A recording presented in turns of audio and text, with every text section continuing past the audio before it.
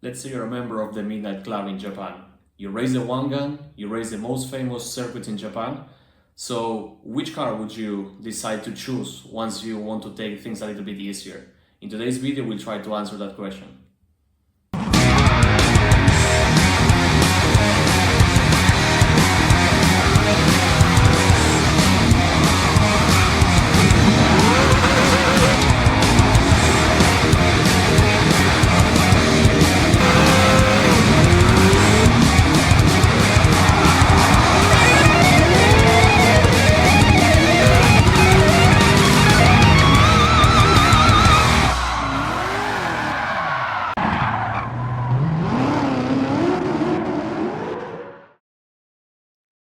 Hello guys, and welcome to another video here at Machine Head Racing. Today we're going to be reviewing a 964 Porsche Turbo. At very first sight, you may think that this is a very plain Jane silver Porsche and there's nothing to it. But then when you start looking at the little details such as the garage TBK front and rear bumper, a black banner on the front windshield, and also a little sticker in the bumper that reads Midnight Car Special, then you may start to realize that this is not just any other Porsche. I took inspiration for this build from a video that I saw on YouTube from a YouTuber called Dino DC. I'm going to leave a link in the description below to his channel so that if you want to see more details about this car in real life, you can deep dive and go right to it. According to the information shared by Dino DC in his video, this car belongs to an undisclosed member of the Midnight Club. This member used to race in the one gun in the famous top speed runs. Also, then in the 90s, when the Midnight Club moved from racing on the street to racing in closed circuits, this member continued to race his car there. And after a while, he decided to take a break from that, and he decided to build a car that would be more streetable. So the car in the video is actually a pretty standard Porsche 964. It only has an aftermarket exhaust. But in order to make it more interesting, I thought that maybe we can do a full build and take it for a lap on the Nurburgring to see how it does. According to the information that I could find on the internet, a standard Porsche with around 300 horsepower, like this one would be, it would lap around 8 minutes to 8 minutes 20 around the Nürburgring. So let's see after this build how well can we do. So as I was mentioning, for this build, I tried to strike a balance between a car meant to be driven at top speed in a straight line and also something that could go a little bit better around the corner. So you will see that the setup is a little bit on the stiff side for the Nürburgring, but I think that will do just fine. So I started by installing some sport soft tires. And then on the suspension, I lowered the car with a little rake towards the front. I stiffened the anti-roll bars. You can see 10 in the front and 9 in the rear. Um, when it comes to the damping, the car is a little bit stiffer on the front than in the back, so 35 and 45 in the front and 30 and 40 in the back. I also increased the natural frequency, so to 260 in the front and 270 in the back. And then I added a little bit of negative camber, so 1.5 in the front and 2.5 in the back. For the toe angle, I went with 0.2 in the back only. The differential is a fully customized one, so you can set the three different options that the differential comes with. So for initial torque, I went with 30, acceleration sensitivity 15, and braking sensitivity 30. The other thing that I try to do is try to eliminate a little bit of the infamous Porsche steer, when the steering goes very light due to the lack of weight in the front part of the car.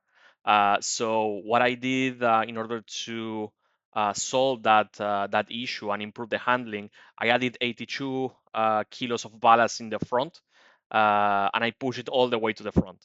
So this helps to balance the car, and we ended up with a 45-55 weight distribution. Then I set the max speed of the car to 320 kilometers per hour. For the rest of the updates, just choose the best of the best and throw it at the car. After you do this, you will end up with a very balanced Porsche. It has 534 horsepower, and it's really easy to throw around the corners with its more neutral handling characteristics. So let's go for the lap. Okay, so here we are in the Nordschleife in our 964 Porsche Garage TBK. Going across the line right now, starting the lap towards the Sabine Schmitz curve, using all of the track available to us, trying to hit the apex. Flat out down the hill, staying to the left, trying to use all of the tarmac that's available to us once again. Hard brake, keeping the car under control, trying to avoid oversteering at all costs. As you can see, even if the car is on the steeper side, it's really easy to negotiate the corners with it. It's really stable, and as I mentioned before when we were going through the specs, I tried to eliminate the Porsche steer, so it's really planted and it gives you lots of confidence when it comes to throwing the car around the corners. Through Flugplatz towards Schwedenkreuz.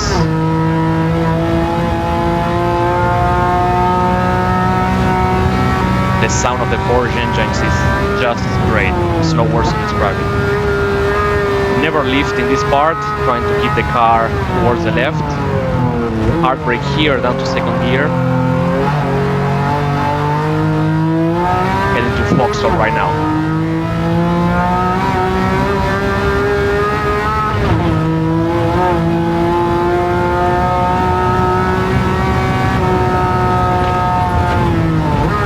Down to third gear, and now second gear while reaching Adenauer.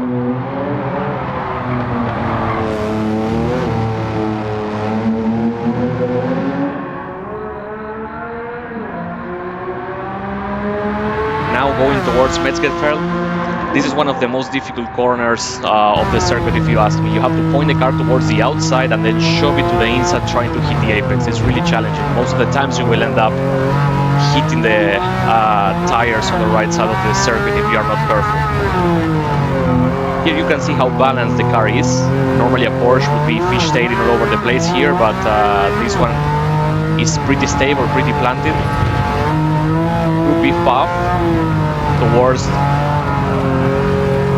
miss, hit, miss. Nice line towards here.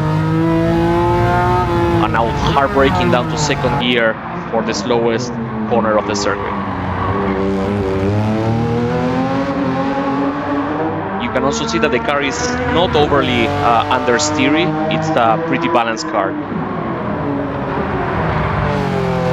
Through the village now.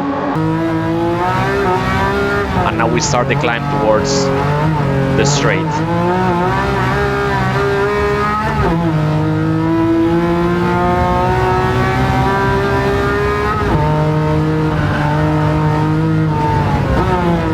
Hard braking down to second gear. Try to hug the inner part of the corner and then flat out up the hill.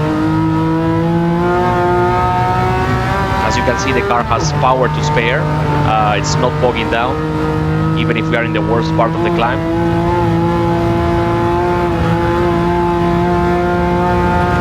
Pretty stable at high speeds as well. Almost flat out around here. Let's see how we do this corner. Maybe we could have been a little bit more brave. Normally you can do this corner around 180, 190 kilometers per hour, if you are brave enough, that is. Now heading towards the carousel. Third gear. Braking down to second gear, around 80 to 90 kilometers per hour, and as soon as you see the exit of the corner, flat out up the hill. Using a little bit of left foot braking to point the car towards where we want it to be. dive into the fun part of the circuit. Trying to hit all the apexes. Here we are a little bit too much on the left side of the corner, but we still managed to negotiate quite well. Down to the chicane. As you can see, even if the car is a little bit stiff, you can still throw it over the curves. It doesn't unsettle the car at all. Here we brake, try to keep the car as close to the inside of the corner as possible to position ourselves nicely for this curve. Now climbing the U2 curve. And now it's perfect. Again, managing the understeer in these uphill corners. Flat out towards the jump. Jumping and braking only after we touch the ground to keep the car under control. Try to keep it flat out here to not lose any time towards Stefan Belov says. Avoid jumping here, manage the understeer, try to keep the car on the tarmac. Down to third gear. Fighting the understeer all the way up this hill. This part of the circuit, these last three corners that we went through, is all about managing understeer as well. Out of the mini carousel.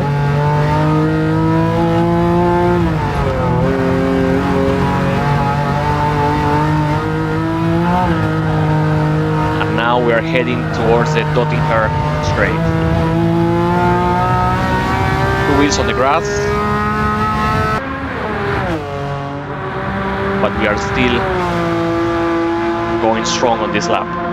This car will reach around 320 to 340 kilometers per hour on the straight. So it's pretty fast. As I mentioned before, this car in stock form normally could achieve a lap time of around 8 minutes to 8 minutes 20. So let's see how well we can do. Try to carry the speed as much as possible, braking late, down to second gear, all over the curve, trying to straighten that corner. Down towards the last curve of the circuit, flat out towards the starting lights. Let's see how we did. Okay, so that would be a 7 minute, 1 second, 0.5. So we managed to shave almost 1 minute of the lap time that a fully standard Porsche 964 would do. This would place this car in the 5th position in our leaderboard, right under Lamborghini Miura and some of the roadster shop builds that I have already posted on the channel. So that would be all for today, guys. Let me know which other builds you would like to see on the channel, and I will be more than happy to prepare those cars, build them, and share them in future videos. Take care. Bye.